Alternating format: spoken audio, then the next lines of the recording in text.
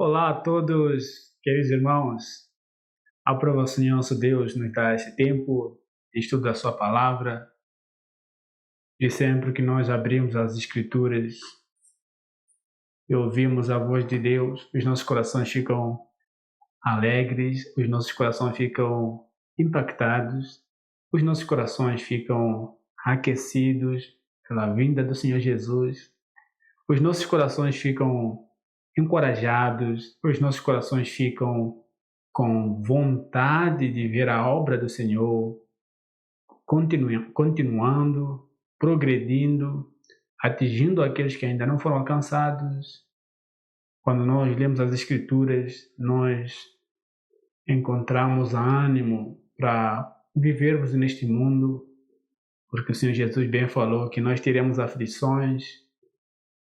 E quando nós lemos as Escrituras, nós encontramos esse, esse encorajamento, nós encontramos a força para viver, para continuar vivendo neste mundo. Então, eu quero nesse momento dar boas-vindas a todos.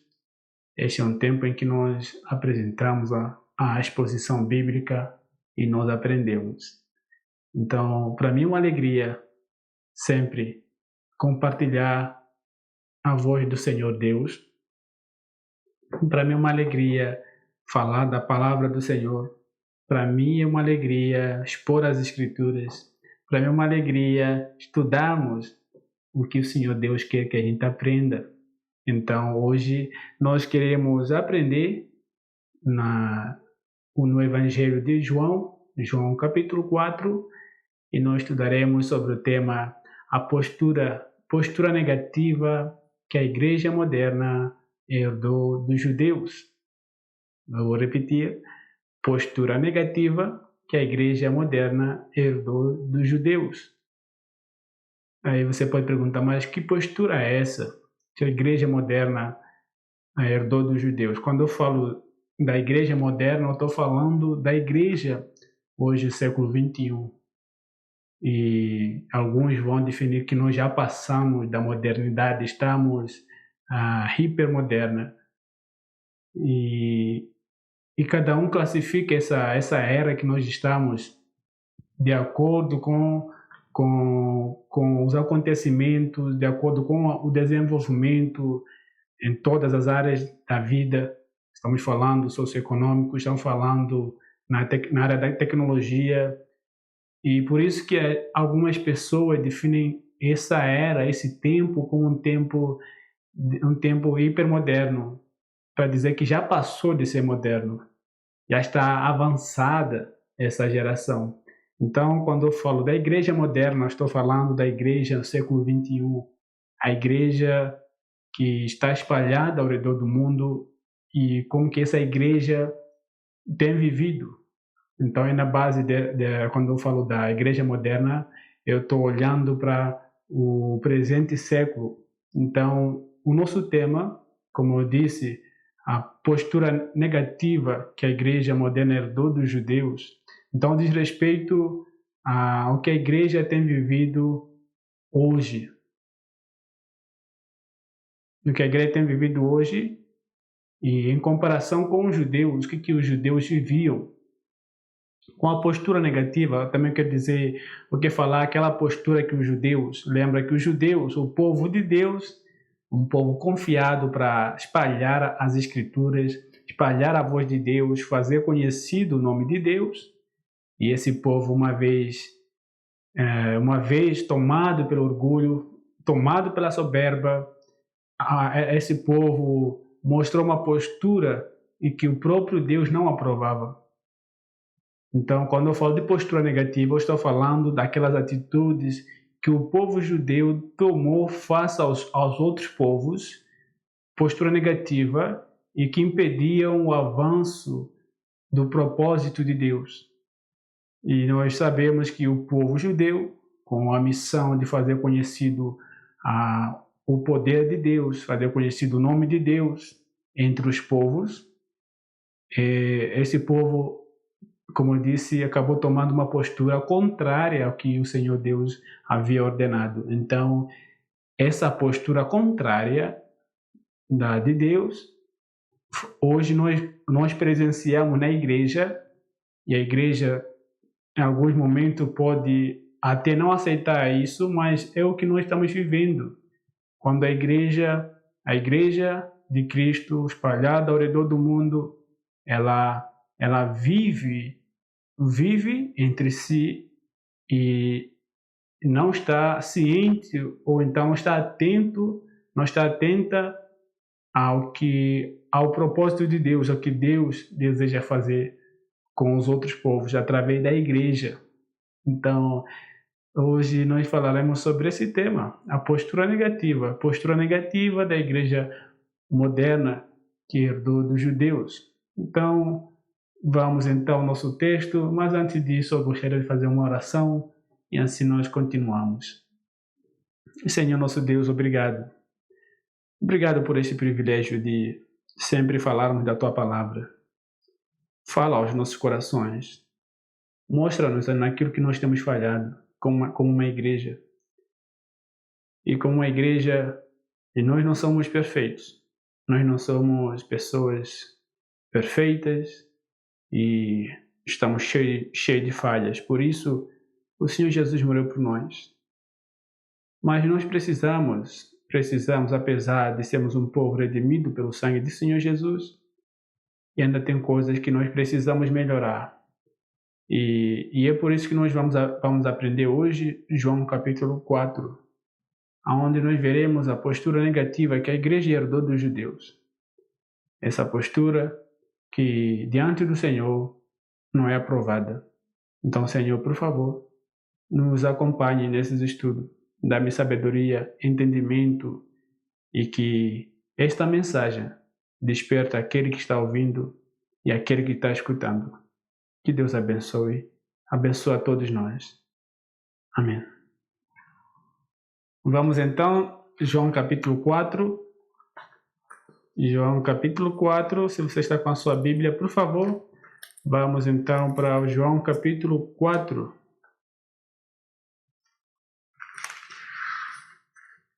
Evangelho de João capítulo 4. Eu já estou aqui no Evangelho de João capítulo 4 e então nós vamos vendo alguns versículos e vamos aprendendo com a palavra do Senhor Deus. Certo? Então vamos, essa história, como todos sabem, João capítulo 4, e sempre quando alguém fala de João capítulo 4, o que vem na nossa mente? A mulher samaritana. Então essa história é conhecida por todos, por muitos, assim eu posso dizer. E é nesse capítulo onde nós falaremos então do nosso tema, a postura da igreja moderna, a postura negativa da igreja moderna herdada pelos judeus, ou que a igreja moderna herdou dos judeus. Então, capítulo 4 fala sobre a mulher samaritana e nós vamos olhando no contexto dessa conversa ou desse capítulo e aí vamos fazendo as devidas aplicações. E o capítulo 4 começa assim: portanto, quando o Senhor Jesus soube que os fariseus tinham ouvido que Jesus fazia e batizava mais discípulos do que João, versículo 2, embora o próprio Jesus não tenha batizado, mas os seus discípulos, ele deixou a Judeia e partiu novamente para a Galileia. Esse capítulo, e principalmente no Evangelho de João, nós vemos os acontecimentos acontecendo entre Galileia e Judeia. Então nós vemos essa troca de lugares, Galileia, Judeia. Aqui no Evangelho de João nós vemos essa mudança de cena, de lugares, de espaço. E quando você pega o capítulo 1 e você vai ler todo o Evangelho, você vai ver, se você prestar atenção, você verá essa mudança desses lugares. Então, isso vai nos ajudar muito a localizarmos os acontecimentos do capítulo 4 no capítulo 4.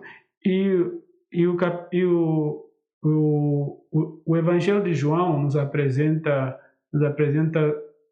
dois lugares, Galileia e Jerusalém, Judeia, e também nos apresenta, quando nós lemos com profundidade, nós vemos que esse evangelho nos apresenta dois povos com mentalidade diferente.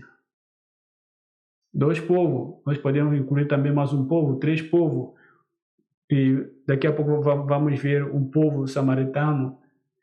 Mas eu quero falar sobre a Galileia, a Judeia, antes da gente entrar no capítulo 4.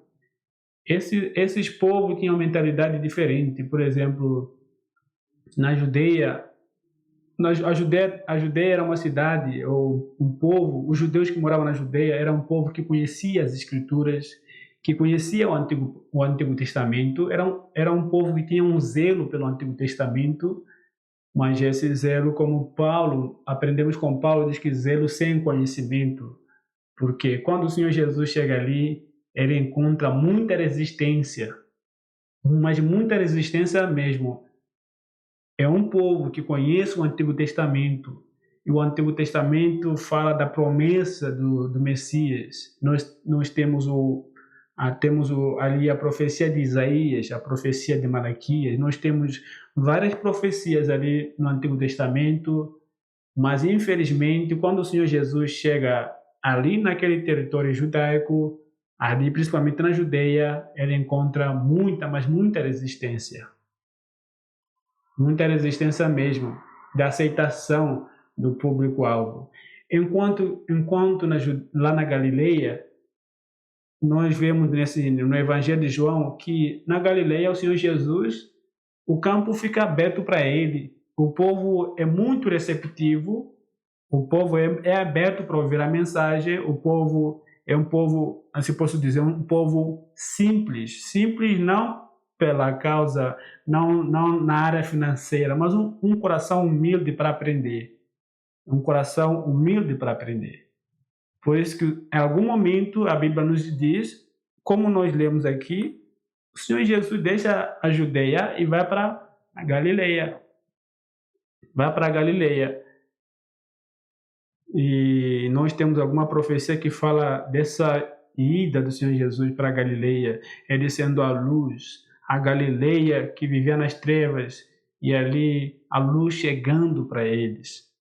Então, essa é a diferença entre o povo judeu que estava ali na Judeia e o povo judeu que estava lá na Galileia. O povo judeu ali da Judeia era um povo que conhecia as Escrituras, mas com uma cegueira profunda, enquanto a judeu da Galileia era um povo que era muito receptivo ao ensino do Senhor Jesus. E o Senhor Jesus lá na Galileia, ele tinha liberdade para pregar, e as pessoas queriam aprender dele. Então, eu posso dizer que o maior número de discípulos, eu ainda não pesquisei sobre isso, pelo visto, nós podemos dizer que o maior número de discípulos veio da Galileia, era um povo que era aberto. Mas isso é uma suposição, porque eu ainda não sei ainda não fiz essa pesquisa. Mas no versículo 1 a 3, aqui nós vemos, como eu disse, o povo judeu ali da Judeia, por ser um povo resistente, quando eles ouviam que o Senhor Jesus batizava, e o autor aqui vai nos dizer, apesar que não era o próprio Jesus batizando, mas sim os discípulos, então nós vemos ali que eles tentavam, de alguma forma, impedi-lo de realizar ali o ministério. O ministério do Senhor Jesus, ali na Galileia não, mas na Judeia, ela encontrou resistência, encontrou pedras, encontrou uma terra não fértil, e era um povo que sempre contendia com o Senhor Jesus, sempre estava ali impedindo com que o reino do Senhor, o reino de Deus não progredisse ali. Então, às vezes, a sabedoria, conhecer as Escrituras não é suficiente. Nós precisamos ter um coração manso, um coração aberto para aprender do Senhor Jesus. Mas o povo, infelizmente, ali não quis aprender do Senhor Jesus. E, como resultado, versículo 3, o Senhor deixou a Judeia e foi para a Galileia. E se você prestar atenção no versículo 3, e partir novamente para a Galileia. Então, novamente, porque em alguns momentos ele faz essa mesma viagem, ele faz essa troca de viagem. Mas aqui então, depois dessa resistência, deixou ali a Judeia e foi para a Galileia. E o versículo 4 diz o seguinte: e era-lhe necessário passar por Samaria.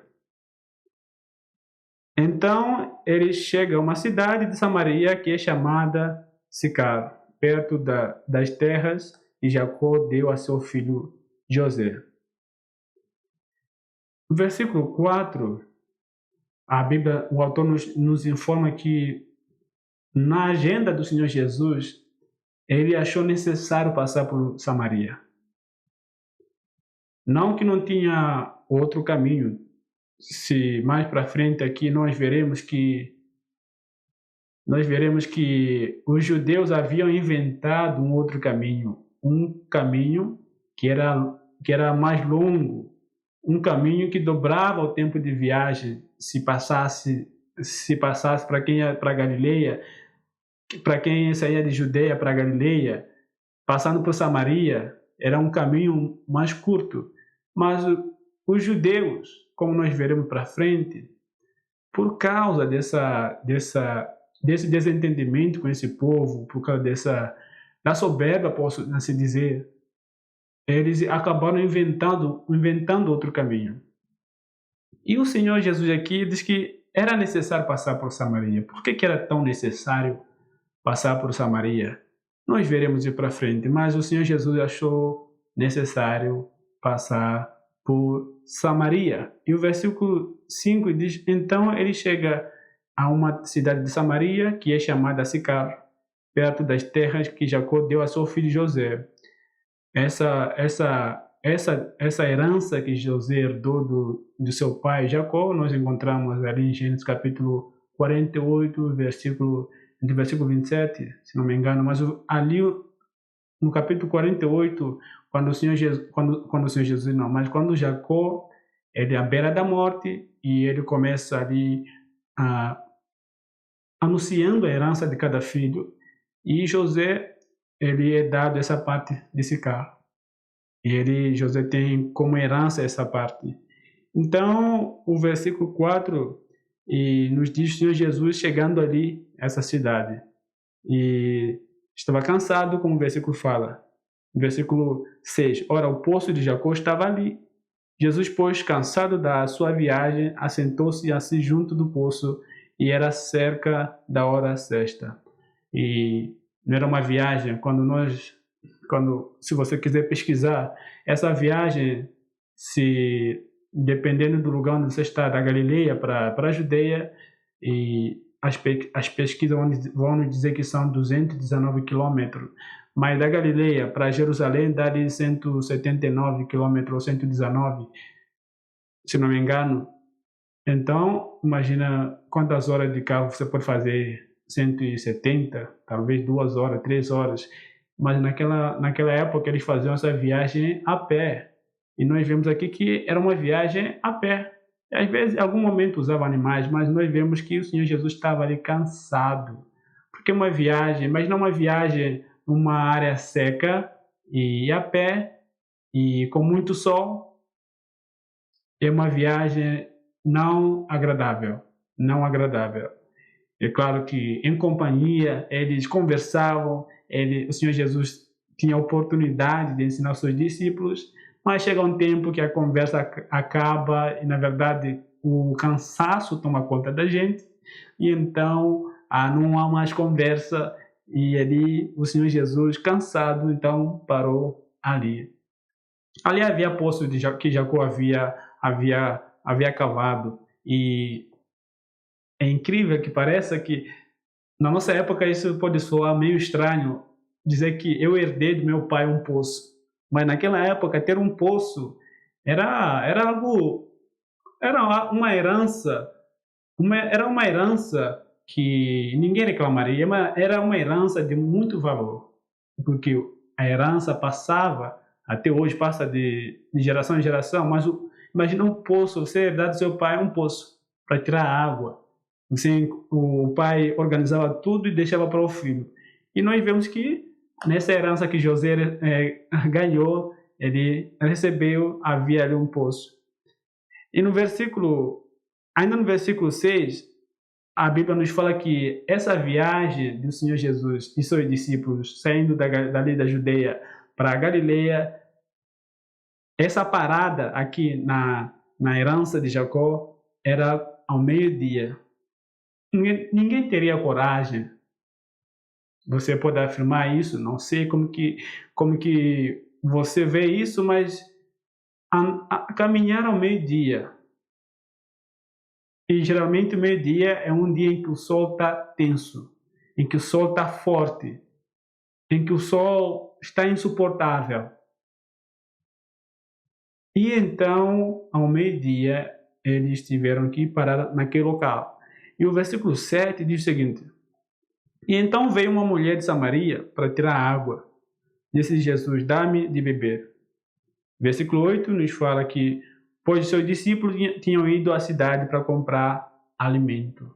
Então, não sei que horas eles tinham saído da Judeia, mas ao meio-dia eles pararam. O Senhor Jesus ficou ali, ordenou que seus discípulos fossem comprar alimento, e então ele ficou ali, esperando por eles.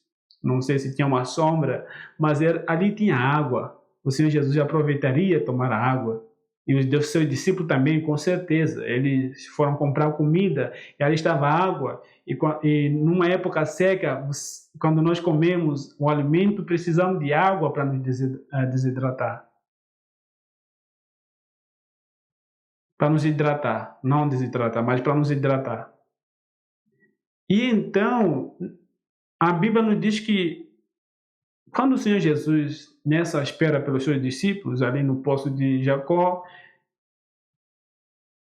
quando o Senhor Jesus fica ali esperando, aparece uma mulher ali de Samaria, e era costume as pessoas tirarem água. E hoje em dia, muitos povos talvez não sabem, muitas pessoas não sabem essa realidade de sair da sua casa e com seu recipiente para tirar água. Mas nós fizemos uma viagem, a minha esposa, ela conheceu essa realidade. Nós saímos para minha terra natal e nós saímos para um lugar tão precário e ela presenciou isso. E nós ali, para ajudar os missionários e para também aprender, para minha esposa aprender, e mais uma missionária, uma amiga missionária nossa, para aprender como que o povo vivia no seu cotidiano. Elas presenciaram uma realidade que elas não tinham, só sabiam de ouvir, mas não tinham presenciado na prática. Elas não tinham vivido isso. Lá tinha pessoas que saem da sua casa, quando amanhece, o primeiro pensamento é tirar a água. Vamos pegar a água em um poço. E ali as pessoas tiram a água, porque não tem esse privilégio de ter a água em casa, água encanada, onde você abre a torneira até no final e a água vai gastando. Mas para quem conhece essa realidade, eu creio que muitos, apesar de que tem muitos que não conhecem essa realidade, tem muitos que conhecem essa realidade, até já passaram por isso, e sair da sua casa e pegar água, e a água tem que conservar, tem que poupar, porque é escassa. E então o Senhor Jesus, nessa espera, aparece aquela mulher samaritana, e no versículo 9 diz assim: Então disse-lhe a mulher samaritana: Como é que tu, sendo um judeu, pedes de beber a mim, que sou mulher de Samaria? Porque os judeus não se relacionam com os samaritanos. Então, quando essa mulher chega e o Senhor Jesus, eu creio, como um Deus todo-poderoso, ele sabia de todas as coisas, ele sabia qual a conversa que iria iniciar ali, sabia o ponto de partida e sabia aonde queria chegar. O Senhor Jesus tinha um esquema, tinha um método de evangelismo extraordinário. E a conversa começa: dá-me água de beber. E a mulher samaritana diz: como que você, sendo judeu, me pede água para beber, sendo que entre nós e vocês, nós não temos bom relacionamento, nós não nos entendemos. A mulher samaritana, ela revela algo que acontecia, ela abre o problema que havia entre o judeu e o samaritano. E eu quero acreditar que o Senhor Jesus um dia ouviu sobre isso e, por causa da sua soberania, sabia, e por isso que ele disse: convém-me passar por Samaria, é necessário passar por Samaria. Talvez, sabendo dessa realidade, estava ali tentando unir esses povos, tentando acabar com esse problema. Não é que o Senhor Jesus não sabia, com certeza ele sabia, mas a mulher samaritana, não sabendo com quem estava conversando, ela diz que você está falando, está pedindo algo impossível. Entre o judeu e samaritano não há entendimento. Então, como que você, sendo judeu, impede de beber? Então a mulher samaritana achou aquilo estranho. Um judeu, porque Jesus nasceu na comunidade judaica, e como um judeu, qualquer judeu sabia que nunca falaria com o samaritano. Qualquer judeu sabia que passar por Samaria e conversar com alguém de Samaria era quebrar o tabu que havia entre os judeus e os samaritanos. Esse problema, esse desentendimento, como nós veremos mais para frente, ela teve um início, não é que surgiu do nada, mas sim teve algum início, algum começo. O versículo 10 diz o seguinte: Jesus respondeu e disse-lhe: se tu conheceras o dom de Deus, e quem é o que te diz, dá-me de beber, tu lhe pedirias e ele te daria a água viva. O Senhor Jesus diz para essa mulher, diz: olha, se você conhecesse quem está na sua frente, parafraseando, se você conhecesse quem está na sua frente, você pediria mais que isso, você pediria a água da vida. Você pediria a água da vida, água viva, uma água viva.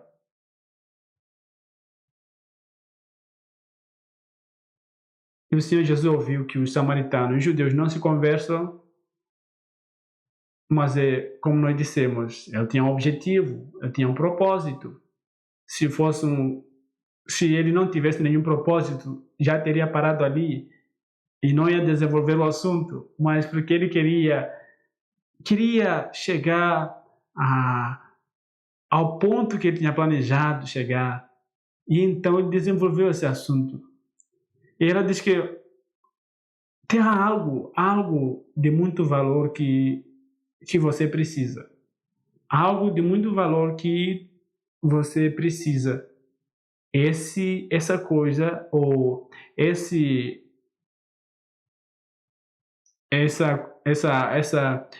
necessidade que você tem é da água viva. Mas o que o Senhor Jesus está falando? Versículo 11 diz que disse-lhe a mulher: Senhor, tu não tens com que atirar, e o poço é fundo. Onde, pois, tens a água viva? E como eu expliquei lá há alguns minutos atrás, alguns poços, você tinha que ter algo para além do que você trazia em casa, como recipiente. As pessoas enchiam, podia ser um recipiente de 20 litros ou de 15 litros, mas que pegasse ali grande quantidade de água para levar para casa. Tinha que ter outro recipiente também, que você jogava, que as pessoas jogavam lá no fundo da água, e aí tinha que tirar, trazê-la para fora. E a mulher diz para o Senhor Jesus: o Senhor não tem nem isso. Aonde você vai trazer água viva? Porque para tirar essa água tem que ter esses componentes para tirar a água. E aqui nós vemos que a mulher samaritana não tá entendendo o ponto que o Senhor Jesus quer chegar ou está falando. A mulher não está entendendo, porque o Senhor Jesus está falando água viva e ela está falando de água literalmente. Então, por isso que não entendeu nada. E Paulo diz que o homem natural não pode entender a palavra de Deus. O homem, sem a ajuda de Deus, não pode entender o plano de salvação. O homem, o ser humano, sem o Espírito Santo, não pode entender as coisas. Por isso que nós vemos aqui o Senhor Jesus falando da água viva e a mulher falando literalmente a água. São duas conversas diferentes. O Senhor Jesus está olhando para um ponto e a mulher samaritana está olhando para outro. O Senhor Jesus quer chegar na salvação, está falando da salvação, e a mulher samaritana está pensando nas coisas deste mundo. O Senhor Jesus está apresentando uma água viva, a mulher samaritana está apresentando a necessidade de ter um recipiente para tirar essa água, a água física. Então, as escrituras são verdadeiras. O homem natural não pode entender as coisas de Deus, porque elas se discernem com o Espírito de Deus, com a ajuda de Deus. Eis a necessidade de gastar tempo com as pessoas explicando sobre o Evangelho. O Senhor Jesus, aqui eu vejo ele sendo paciente, mesmo que a mulher não esteja entendendo nada, o Senhor Jesus está puxando a conversa aos poucos para fazer ela entender o que ele estava falando sobre.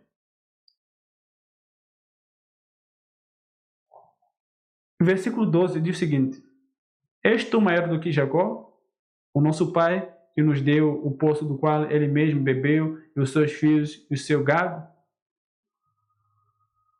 Mas antes disso, eu quero falar dessa contenda que havia entre judeu e samaritano.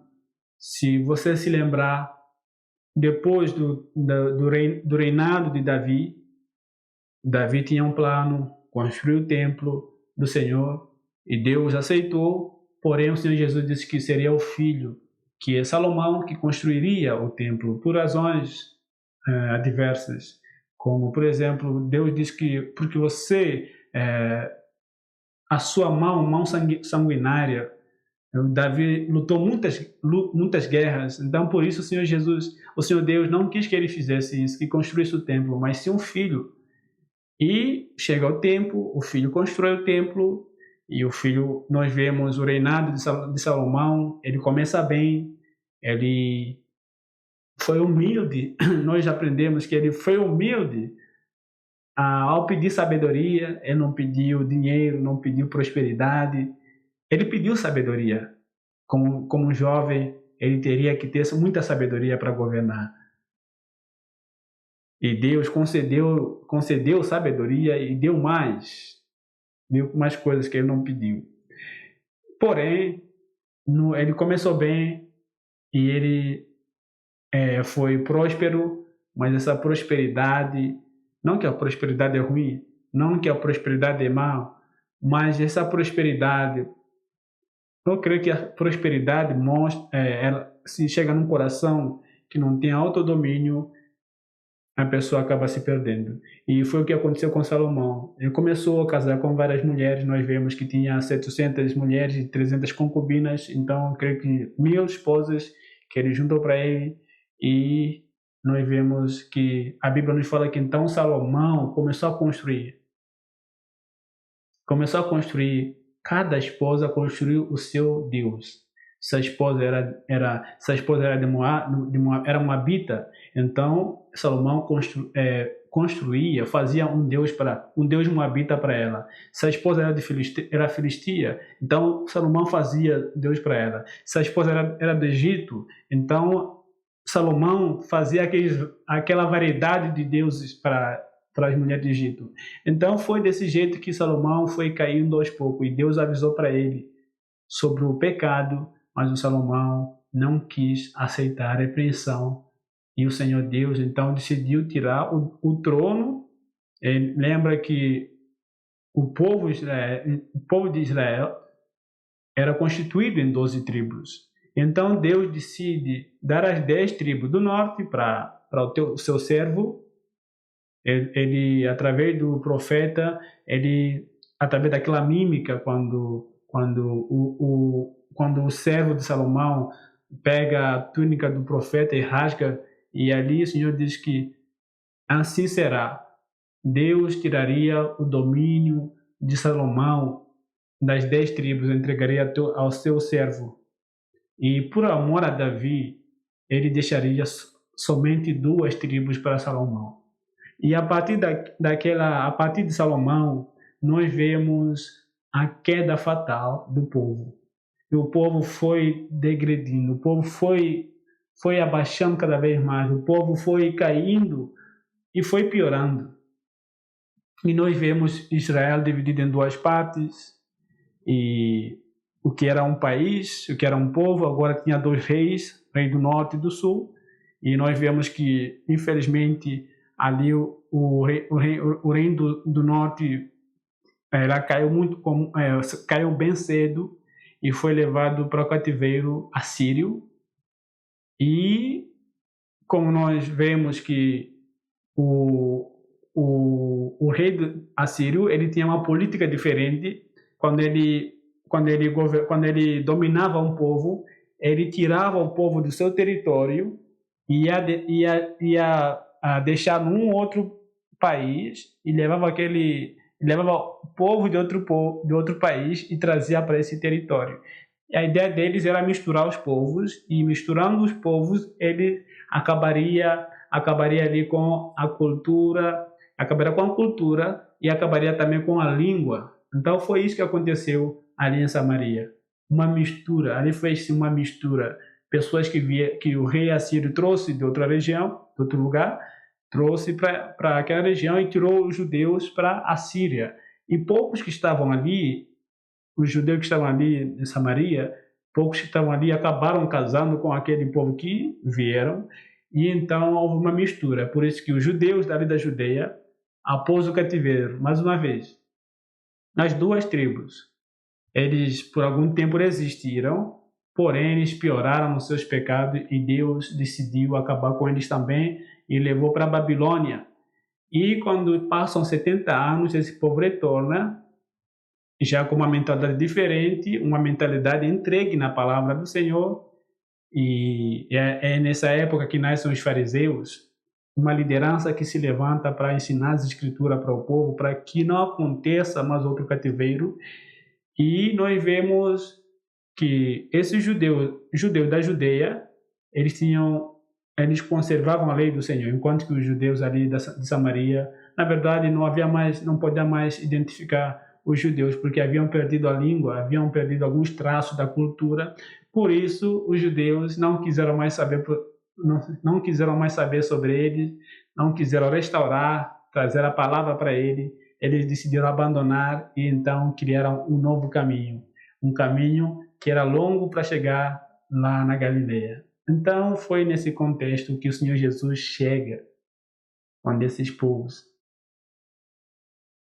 brigam, esse povo não se entende, esse povo se despreza, e o povo judeu da Galileia diz que nós somos o próprio povo de Deus, vocês não, vocês se desviaram. É nesse contexto. E voltando no versículo 12, a mulher samaritana responde para o Senhor Jesus: será que tu és maior que Jacó? Tu és superior a Jacó? A história de Jacó era muito conhecida através dos poços que ele fez. Então, para a mulher samaritana, o poço de Jacó tinha grande valor. E a história de Jacó, o que Jacó fez, os samaritanos tinham como uma herança. Então, enquanto que na Judeia eles falavam de Moisés, os samaritanos falavam de Jacó. Então, nós vemos que, em algum momento, eles falham na identificação de quem é importante. E fala para o Senhor Jesus: será que tu és maior que Jacó? És tu maior do que Jacó, o nosso pai que nos deu o poço, do qual ele mesmo bebeu, os seus filhos e os seus gados, e o seu gado? Então, para ela, a figura máxima que havia era Jacó. Jacó era a pessoa que se espelhava, Jacó era a pessoa que os samaritanos, alguns samaritanos se lembravam, Jacó era a figura importante. Mas qual foi a resposta do Senhor Jesus? Versículo 13. E Jesus respondeu e disse-lhe: qualquer que beber desta água terá sede novamente. 14. Mas aquele que beber da água que eu lhe der nunca terá sede, mas a água que eu lhe der se fará nele uma fonte de água a jorrar para a vida eterna. O Senhor Jesus conhecia Jacó, foi o servo dele, mas ele não toca nesse assunto. Nós vemos aqui, não sei se conseguimos entender, que o Senhor Jesus não segue a conversa da mulher samaritana. No sentido de que, olha, já que você falou de Jacó, vamos falar sobre Jacó. Não. O Senhor Jesus sabia prender a atenção, sabia ensinar, chegar no foco que ele queria chegar. E então diz que, olha, no versículo 12, no versículo 13, diz que qualquer um que beber desta água nunca mais terá sede. Mas quem beber dessa água que você está procurando, que você veio tirar, vai sentir sede novamente. Por isso que daqui a algumas horas você estará aqui, ou então amanhã você estará aqui. Mas quem beber dessa água nunca mais terá sede e terá o quê? E terá a fonte, fará fonte, uma fonte de água, e água, vamos imaginar uma fonte aqui e fazendo um rio, um caudal, e essa água jorrando para todo lado. Será que o Senhor Jesus estava falando água literalmente? Não, o Senhor Jesus estava falando sobre a salvação, estava falando sobre a vida eterna, estava falando sobre algo eterno, não algo limitado. O poço de Jacó era limitado. Para aquele tipo de poço precisava fazer. Por isso que em alguma disputa entre os servos de não sei se é Abraão ou Isaac, e com os servos do rei do Egito, os servos do Egito eles viam e eles fechavam o poço de novo para que os servos de Isaac ou de Abraão, não me lembro da história, nós encontramos essa história no livro de Gênesis, para que esse povo não tomasse dessa água. E essa água, esse tipo de poço, na época da seca, secava muito fácil. Então precisava manutenção, precisava mais uma vez ir lá e abrir de novo. Mas só que o Senhor Jesus está falando de um poço que nem mesmo a seca é capaz de destruí-la. É um poço onde a água não seca. É um poço onde a água não acaba. É um poço que está sempre presente. E o que o Senhor Jesus está falando? Ele está falando da salvação. Ele está falando da vida eterna. Ele está falando de uma vida sem fim. É esse poço que o Senhor Jesus está falando. Versículo 13. Disse-lhe a mulher: Senhor, dá-me dessa água, para que eu não tenha sede e não venha aqui tirá-la. E mais uma vez, a mulher está ali pensando só nas coisas desse mundo. E quando ela ouviu isso, disse: olha, eu quero dessa água, dá-me dessa água e estou cansado. Parafraseando, para ela era cansativa, porque realmente é cansativa. Eu vivi essa realidade de tirar água, de sair de casa, andar 10 quilômetros, pegar água, trazer para casa, e não era uma vez, não era 3 vezes. E tinha que encher todos os recipientes que estavam em casa. E amanhã era a mesma rotina. No dia seguinte era a mesma rotina. Então, é nesse contexto que a mulher samaritana diz: olha, eu quero dessa água, eu não quero voltar aqui novamente. Não era algo que, para quem presenciou, para quem viveu essa época, não era algo agradável. Sair de casa, pegar a água, trazer ela, voltar de novo. E principalmente no calor. E aqui nós vemos que ela foi ao meio-dia. Imagina o sol, era o sol de queimar. E para ela não era algo agradável sair a este horário e pegar a água. Quem não gostaria de ter água encanada em casa? Quem não gostaria de ter esse privilégio de abrir a torneira e lavar a louça ali em casa, sem precisar ir para algum lugar? Mas ela não tinha. Então, quando ela ouviu falar dessa água, o que ela disse? Eu quero dessa água. Dá-me dessa água para que eu não volte aqui novamente. Ela ansiava por essa água. Mas só que ela mais uma vez, ela olhava na visão da água aqui na terra. E, mais uma vez, o Senhor Jesus, ele não perde a atenção. Versículo 16. Disse-lhe Jesus, vai, chama teu marido e vem cá. O Senhor Jesus, para oferecer essa água, ele precisava mostrar a necessidade dessa água espiritual. Porque a mulher olhava para a necessidade física, ela tinha a visão da necessidade física, por isso que ela disse, olha, por isso que ela disse para o Senhor Jesus, dá-me dessa água, para que eu não volte aqui novamente. E mais uma vez, já que o Senhor Jesus estava falando sobre a água espiritual, a vida eterna que há em Cristo Jesus, ela precisava que a mulher entendesse qual a necessidade, por que a água, por que a fonte que jorra a água. Mais uma vez, o Senhor Jesus queria mostrar para a mulher de que para receber essa água, ela precisava entender por que dessa água. Qual é a necessidade dessa água? Que tipo de água o Senhor está falando? Por isso que ele disse, o Senhor Jesus, quando ele disse, vai chamar seu marido, ele não estava desviando a atenção, ele estava no processo de dar para essa mulher a água, a fonte da vida, que é a salvação. Mas para dar salvação, a pessoa precisa saber por que eu estou sendo salvo. Estou sendo salvo do quê? Então, às vezes, nós temos pessoas que dizem que creem no Senhor Jesus, mas não sabem por que creem no Senhor Jesus. Assim acontece na nossa sociedade. Hoje em dia, as pessoas procuram médico porque têm dinheiro e fazem uma rotina diária para ver como está o corpo. Mas aqueles que não têm dinheiro só vão ao médico quando algo está mal. Em resumo, nós procuramos os médicos quando não estamos bem. E nós sabemos por que nós estamos procurando o médico. Aqui, para a mulher receber essa água, ela precisava saber por que estou recebendo essa água. Essa água é para que necessidade? Porque a água física é para matar a sede, é temporária, e volto lá tomar água de novo. Mas essa água que o Senhor Jesus daria era uma água que não acaba. Era uma água que tem uma fonte e água jorra por todo lugar. E o Senhor Jesus disse, vai chamar seu marido.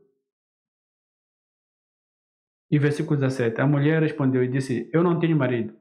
Disse Jesus, tu disseste bem, eu não tenho marido. Porque tu tiveste 5 maridos, e o que agora tens não é teu marido. Isso disseste com verdade. Para o Senhor Jesus oferecer água, ele precisava mostrar para essa mulher que essa água atende essa necessidade, atende a necessidade espiritual, porque o físico acaba aqui. Porque essa água acaba aqui. Mas a água que te leva para a eternidade, ela vem para te mostrar a situação que você vive hoje. Essa mulher vivia em adultério, vivia trocando de marido, de homens. Ela vivia de casa em casa. Ela vivia trocando, não tinha uma vida digna. Como Paulo disse, porque todos nós estávamos mortos em nossos pecados e delitos. Ninguém busca Deus. Todos nós nos extraviamos de Deus. E Paulo fala em Efésios que, estando mortos em nossos pecados e delitos, nós estávamos longe de Deus. Mas Deus, segundo a sua graça e misericórdia, Ele nos deu a salvação. Sendo Deus rico em misericórdia, Ele nos deu a salvação. E é nessa situação que essa mulher vivia. Eu quero acreditar, e eu creio que você que está me ouvindo, ou está me assistindo, você tem o seu passado, um passado triste, e que um dia a mensagem do Evangelho foi pregada, e você reconheceu, foi mostrado as suas falhas, e gritou desesperadamente para Deus, me salva, me salva. E se você ainda não experimentou isso, hoje, esse convite é para você, não é para a mulher samaritana apenas, é para você. A situação que você vive, a vida que você vive, que é uma vida contra a palavra do Senhor, se você não tem o Senhor Jesus como o Senhor Salvador da sua vida, hoje você é convidado, eu te convido a receber dessa água viva, uma água, uma fonte que jorra água viva por todos os lugares. A salvação que há em Cristo Jesus. Primeiro precisamos reconhecer nossas falhas, precisamos reconhecer nossos defeitos, precisamos reconhecer aonde estão as falhas e corrigi-la. A falha está no fato de que você nasceu pecador, condenado ao inferno, pelos seus pecados, por causa dos seus pecados, por causa dos pecados de Adão. E se você não mudar, se você não fizer a decisão de caminhar com o Senhor Jesus, o seu destino é inferno. O seu destino é inferno. Mas se quer desfrutar a eternidade com o Senhor Jesus, hoje é o dia. Hoje é o dia. Então o Senhor Jesus diz, chama seu marido, e a mulher disse, não tenho. E o Senhor Jesus disse, olha, você fala bonito, você fala a verdade, você não tem marido. Você não tem marido. O que você tem agora não é seu. Você já está no sexto homem, na sexta junção, porque isso não é casamento. Você se juntou ao sexto homem até hoje. E continua vivendo nessa vida de pecado. E continua vivendo nessa vida desregrada. E continua vivendo nessa vida agradando a carne apenas. E continua vivendo nessa vida sem futuro. E precisa viver essa vida que te leva ao inferno. Essa é a sua realidade. Falou bonito, falou bem. Você falou a verdade. O Senhor Jesus falou para ela, você está no sexto casamento. Não um casamento, mas sexta junção.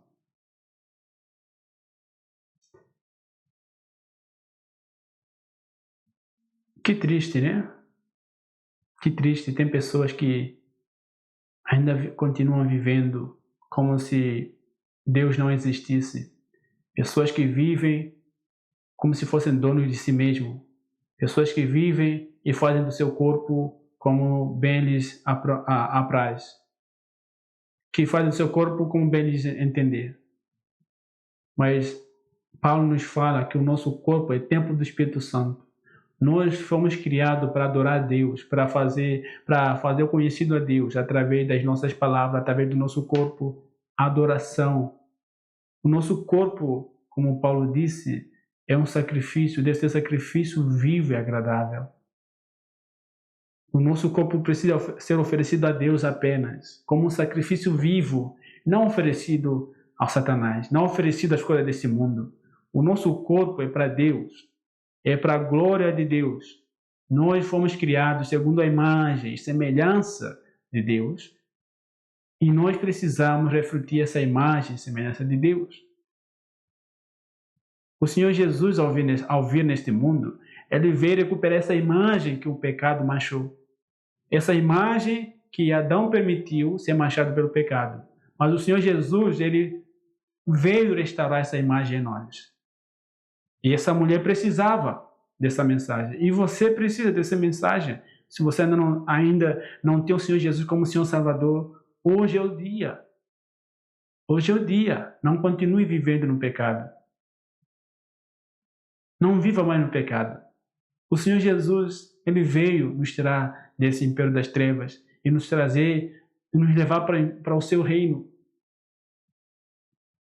E hoje é o dia. E versículo 19 disse-lhe a mulher: Senhor, eu vejo que tu és um profeta. Que declaração! Vejo que tu és profeta. Ela ficou admirada. Eu não te falei quantos homens eu me relacionei e quais eu já deixei com quem estou agora, mas o Senhor falou. Eu vejo que o Senhor é um profeta. E ela entendeu que na frente dela estava alguém. Lembra que ela disse que és tu maior que Jacó, nosso pai Jacó, e agora reconhece: estou diante de um profeta. Eu vejo que tu és um profeta. Versículo 20. Nossos pais adoraram neste monte, e vós dizeis que é em Jerusalém o lugar onde o homem deve adorar. Ela, se você acompanhar, ela troca várias vezes de assunto. O Senhor Jesus mostrou para os pecados dela, e agora ela desvia o assunto e vai falar sobre as coisas espirituais, como se ela conhecesse, como se ela vivesse isso. E ela fala do templo. Diz que os nossos pais adoraram neste monte, que é o Monte Gerizim. E vós dizeis que em Jerusalém é o lugar onde o homem deve adorar. Chegou o momento, quando lembremos mais uma vez da história, quando o Senhor Deus tirou o domínio, o reino nas mãos de Salomão, ele não tirou o lugar onde deveria estar o templo. O templo sempre deveria estar em Jerusalém. Mas quando houve essa divisão de reino, alguns reis que ficaram lá em Israel, eles construíram um templo para que o povo que estivesse lá no norte de Israel não fosse para Jerusalém.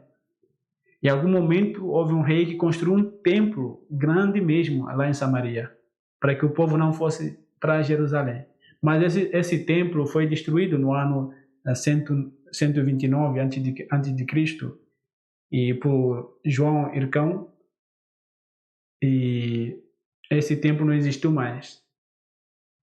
Então os samaritanos, eles, por essa contenda, por esse desentendimento, ninguém, na verdade, não sei se serão bem recebidos lá em Jerusalém, eles acabaram construindo o seu templo também.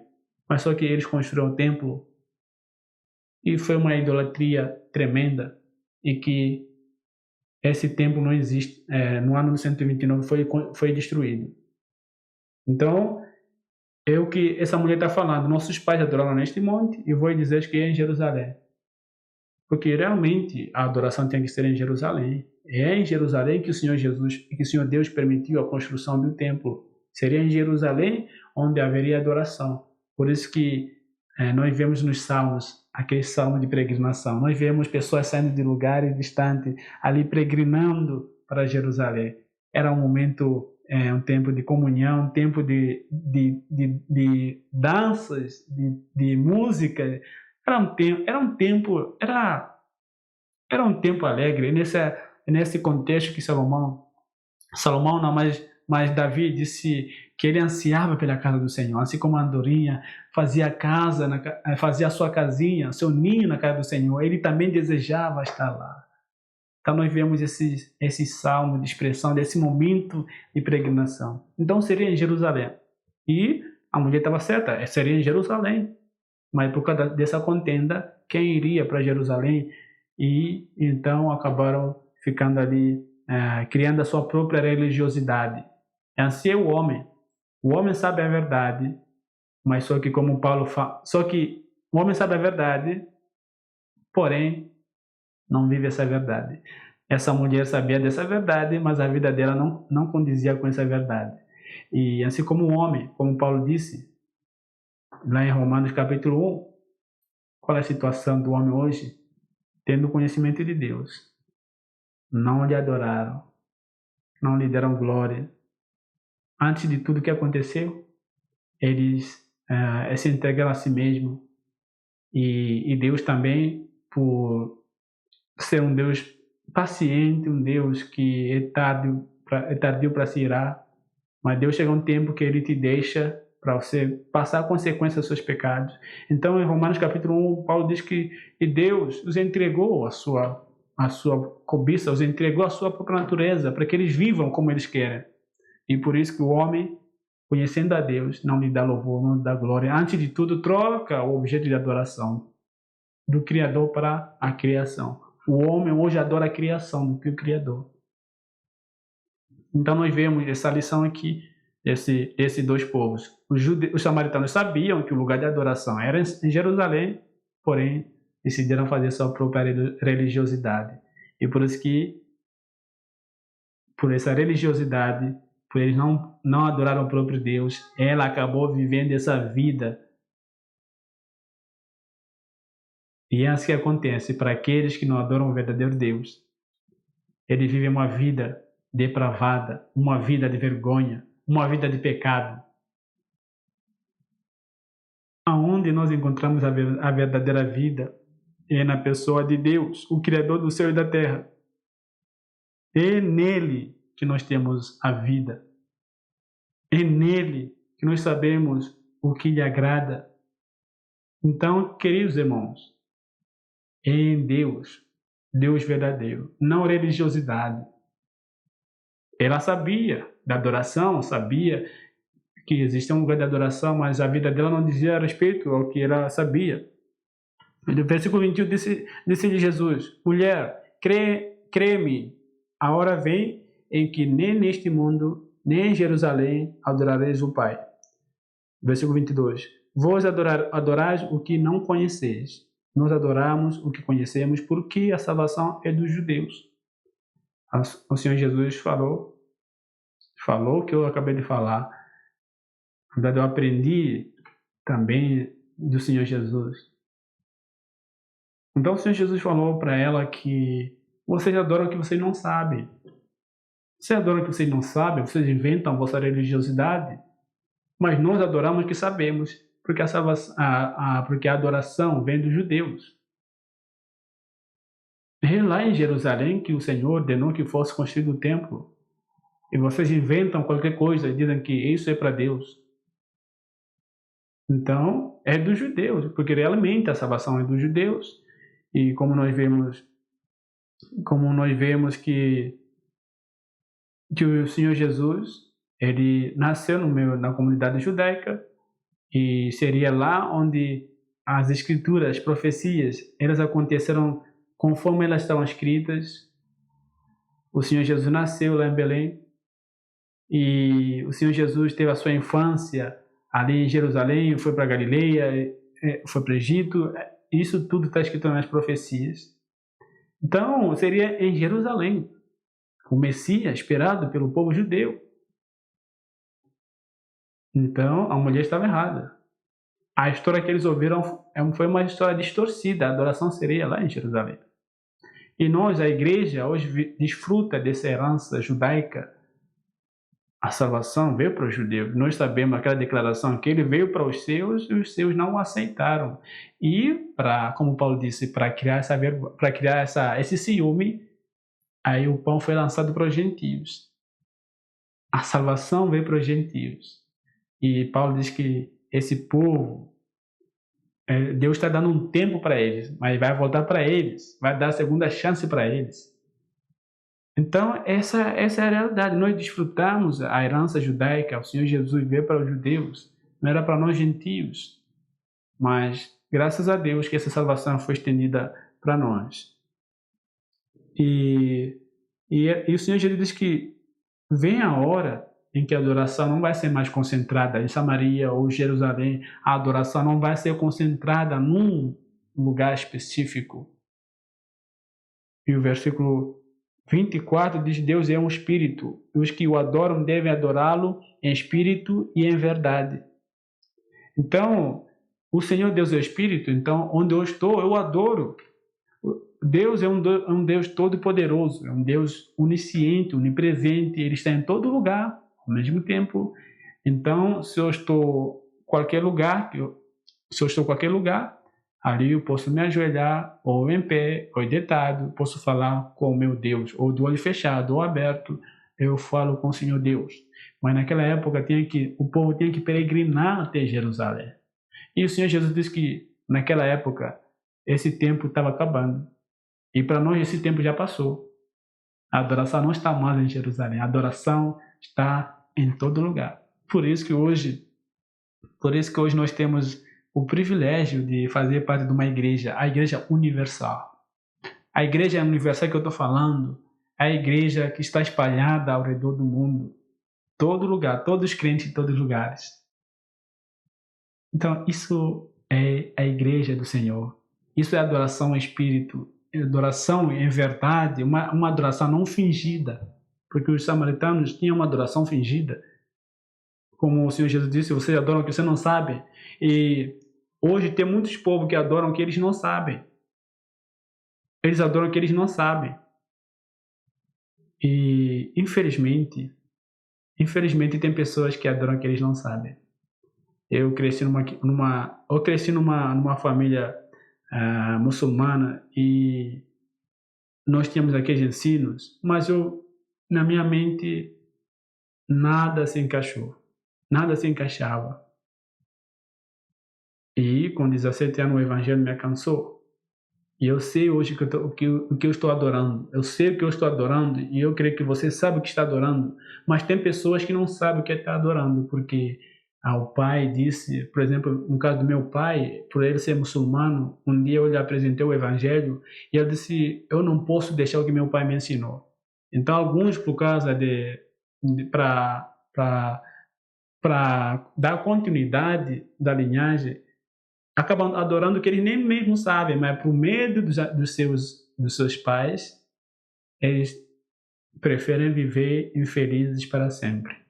E eu tenho orado hoje para que meu pai se converta, mas se ele não se converter, vai viver no inferno, só porque não quer trair para ele diz que eu estou traindo meus pais, porque eles me ensinaram nesse caminho, então eu preciso continuar nesse caminho, o que está errado.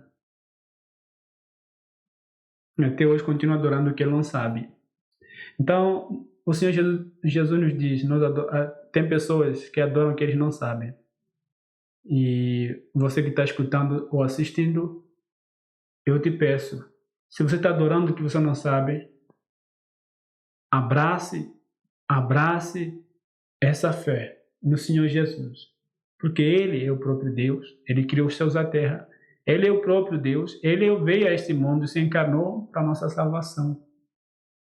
Nós que outrora andávamos no pecado, nos nossos delitos. Então, nós adoramos o que sabemos, como o Senhor Jesus disse.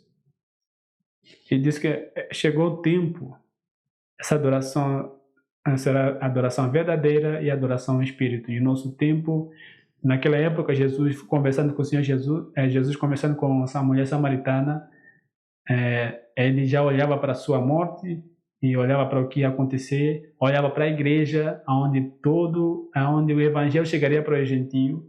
Então a adoração não seria em Jerusalém. Então hoje tem pessoas com desejo de ir para Jerusalém. Isso na agenda de Deus, se você vai para Jerusalém ou não vai, para Deus não tem nenhuma relevância. Então se tem pessoas que vão para Jerusalém porque pensam que tem bênção, então estão enganados. Essa adoração é para o lugar, já foi. Essa adoração hoje está acontecendo em todos os lugares. Então não tem um lugar específico, certo? Mas isso não quer dizer não incentiva aquelas pessoas que são desigrejadas. Cuidado para que a gente não crie isso na nossa mente. Pensa que a adoração é espírito, é verdade, então não precisa da igreja. A igreja é do Senhor Jesus. E é uma ordem ir para a igreja. Certo? Então, no versículo 25, a mulher disse-lhe, eu sei que vem o Messias, que se chama Cristo. Quando ele vier, nos anunciará todas as coisas.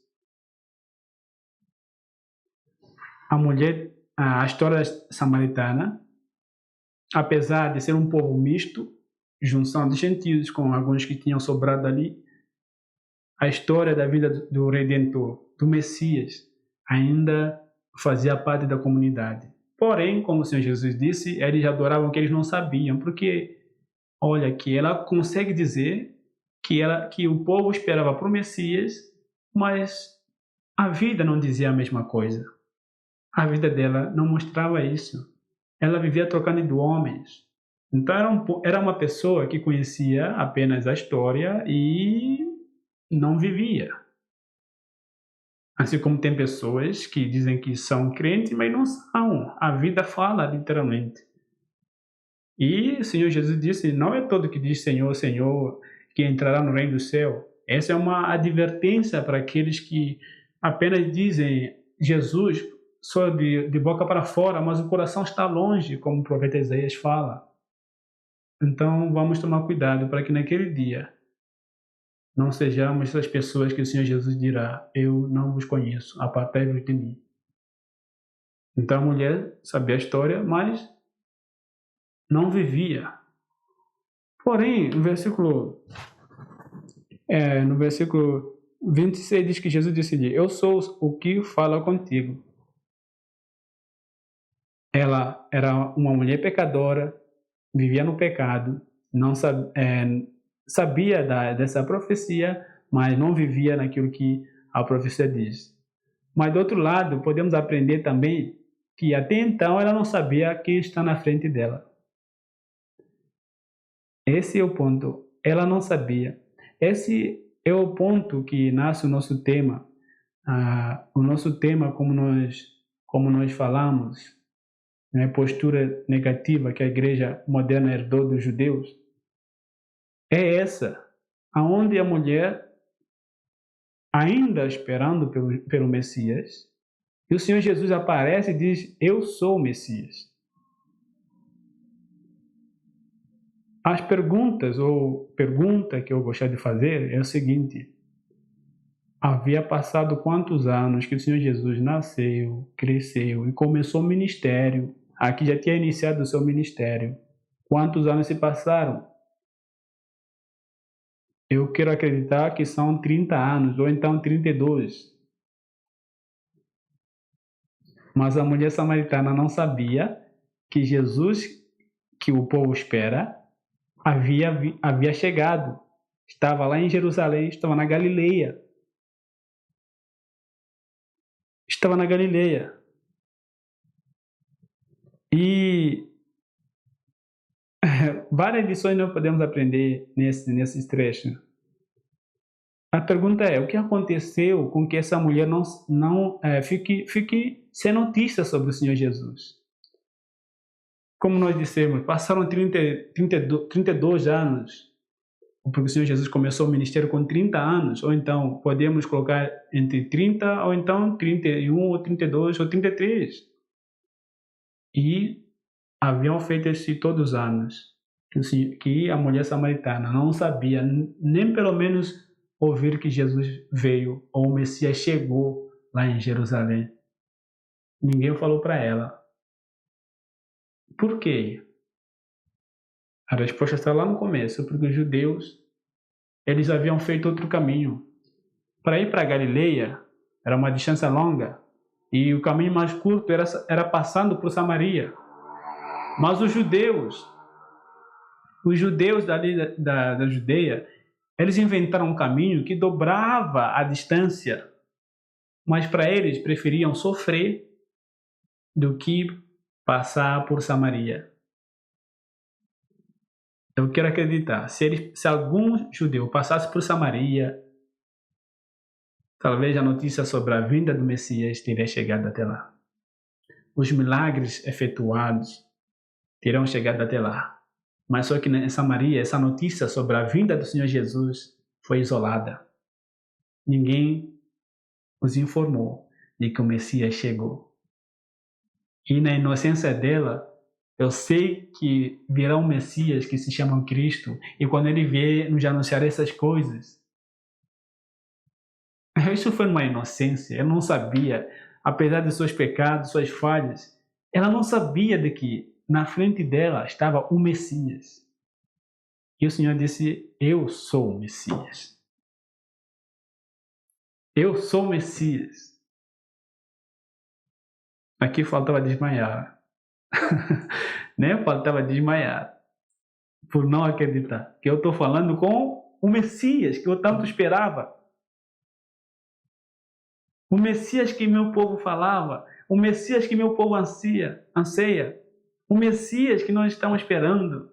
Eu estou falando com o Messias? Depois dessa declaração, eu sou o Messias, só faltava desmaiar. Mas era a realidade, ela não estava sonhando. Ela estava na frente do Messias. E ela somente conheceu o Messias na decisão do Senhor Jesus. Era necessário passar por Samaria. O Senhor Jesus achou necessário passar por Samaria porque lá havia povo. Havia povo que morria sem ouvir o Evangelho. Lá havia um povo que vivia nos seus pecados e não conhecia que o Senhor Jesus já havia chegado. E o Senhor Jesus achou necessário passar por Samaria porque ele reconheceu que tem pessoas que necessitam do Evangelho.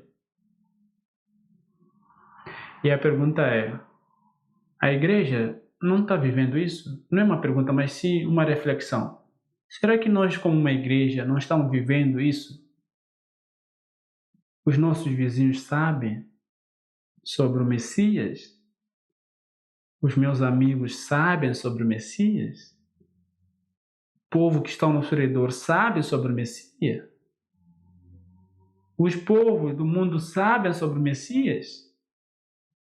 Será que não estamos vivendo entre quatro paredes, vivendo de eventos e eventos e eventos e embelezando as igrejas, ornamentando as igrejas, gastando dinheiro com isso e os povos lá fora estão sem evangelho? Não é isso que nós estamos vivendo? E ninguém se levanta para pregar o evangelho para os povos. A comunhão parece que é confortável, que ninguém mais é incentivado a sair para fora. Apesar de que a falta de incentivo não é verbalizada, mas o que nós fazemos deixa confortável as pessoas, e a mensagem que nós transmitimos é o quê? Olha, fica aqui é um bom lugar e não vai para nenhum lugar. Nós, quando Jesus vier, vai nos encontrar aqui. E será que nós não estamos vivendo como o povo judeu? O nosso tema, a postura negativa da igreja moderna, herdada dos judeus. Será que o nosso tema estaria errado? Então, queridos irmãos, nós precisamos mudar de postura. Nós precisamos de mudar de postura.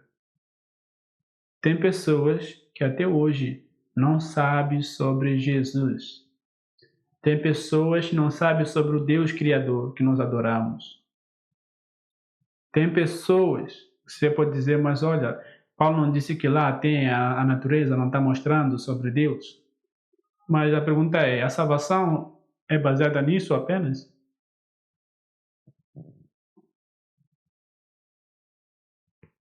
A salvação é baseada no conhecer a criação de Deus? É o suficiente? A resposta é não. Todos precisam vir do Evangelho. E olha só o impacto dessa decisão do Senhor Jesus para passar por Samaria. Ele sabia que o povo judeu não ia gostar quando ouvisse isso, mas ele decidiu que ali ele passaria. Então nós precisamos decidir passar por Samaria. Passar por Samaria hoje é passar pelos povos não alcançados, é passar por pessoas que não ouviram falar do Evangelho, é falar de Cristo para todas as pessoas, é aproveitar as oportunidades, como bem Paulo disse, que o tempo é chegado. Então nós precisamos pregar o Evangelho. Este é o nosso passar por Samaria. Convém-nos passar por Samaria. Era necessário o Senhor Jesus passar por Samaria para mudar essa postura dos judeus. Os judeus, um povo confiado à salvação, e um povo que isolava as pessoas. Você não pode ouvir o Evangelho. Nós vamos tirar o caminho daqui. A partir de agora vamos quebrar essa ponte e vamos fazer outro caminho. Então, queridos irmãos, essa mensagem é para nos fazer meditar aonde nós caímos, ou o que nós temos feito, a postura que nós temos tomado, negativa, e que isola os povos, que deixa os povos, que deixa os povos do lado. E o versículo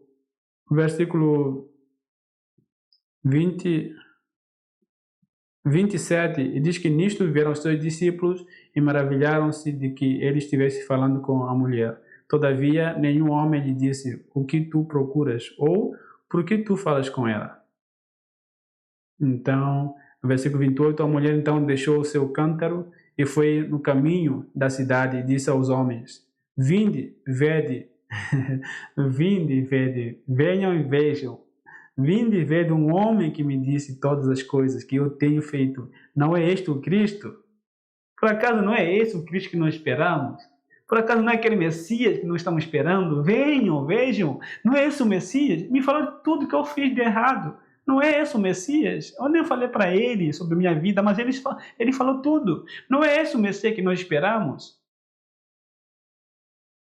Não é esse o Messias? Olha o impacto dessa mensagem, o impacto dessa decisão de Senhor Jesus passar por Samaria. Podemos dizer que a mulher foi mais sábia do que os judeus. A mulher samaritana foi mais sábia do que a igreja. Ela levou essa novidade para o seu povo. No versículo 30, então eles saíram da cidade e foram até ele. Enquanto isso, os seus discípulos lhe suplicavam, dizendo: mestre, come. Então aquela mulher, ela não empacotou aquela mensagem, aquele ensino no seu coração e disse: eu não vou falar para ninguém. Não. Ela voltou para sua aldeia, falou para todo mundo: venham e vejam o homem que me falou tudo sobre mim. E não é ele o Cristo, será? Com certeza era ele. Nós vamos para versículo 39. E muitos samaritanos daquela cidade creram nele por causa da palavra da mulher que testificou: ele me disse tudo que eu tenho feito. E 40, assim então os samaritanos foram até ele e pediram-lhe que ficasse com eles. E ele ficou ali 2 dias.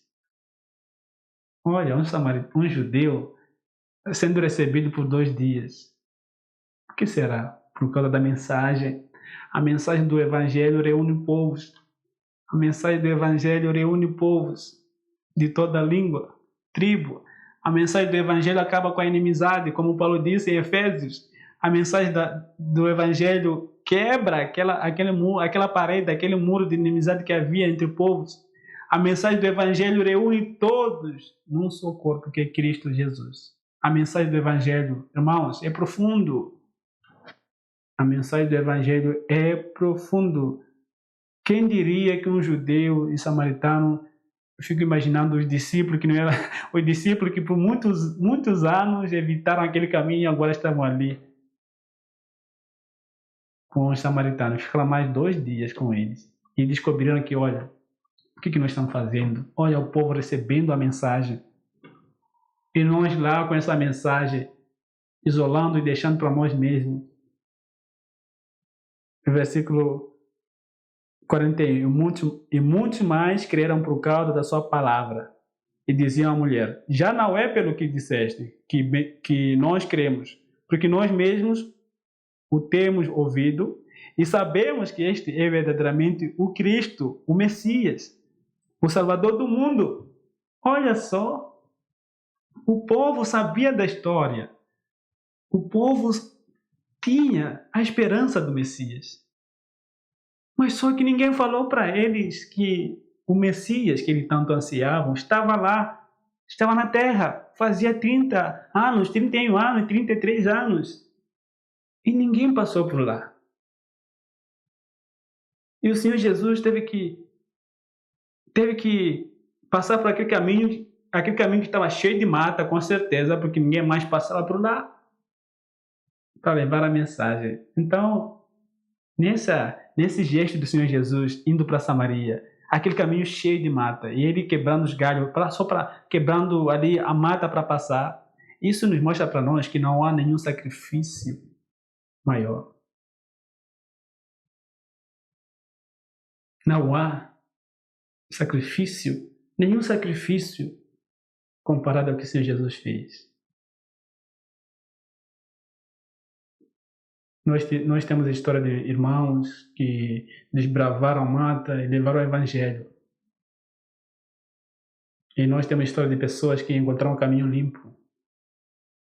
E hoje vivemos essa verdade. Tem pessoas, tem missionários que chegam para ali desbravar a mata e alguns chegam, já tem internet. E graças a Deus por isso. Irmãos, vamos,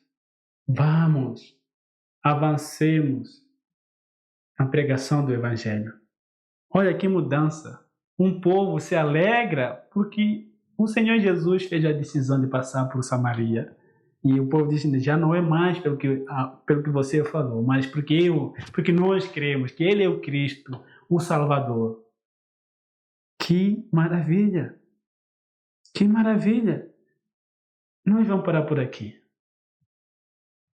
Queridos irmãos, esse texto falou com você? Comigo falou muito. Será que nós, como uma igreja, nós estamos vivendo como os judeus? Os judeus viviam entre eles, e um povo que se dizia que tem a mensagem, mas o Messias chega lá, eles o ignoram, e ainda mais não falam para ninguém. Os que creram não falam para os samaritanos. Foi necessário o Senhor Jesus passar por Samaria. E é necessário para nós, como uma igreja também, passarmos por Samaria. Porque tem povos que estão morrendo sem Cristo. Deus abençoe.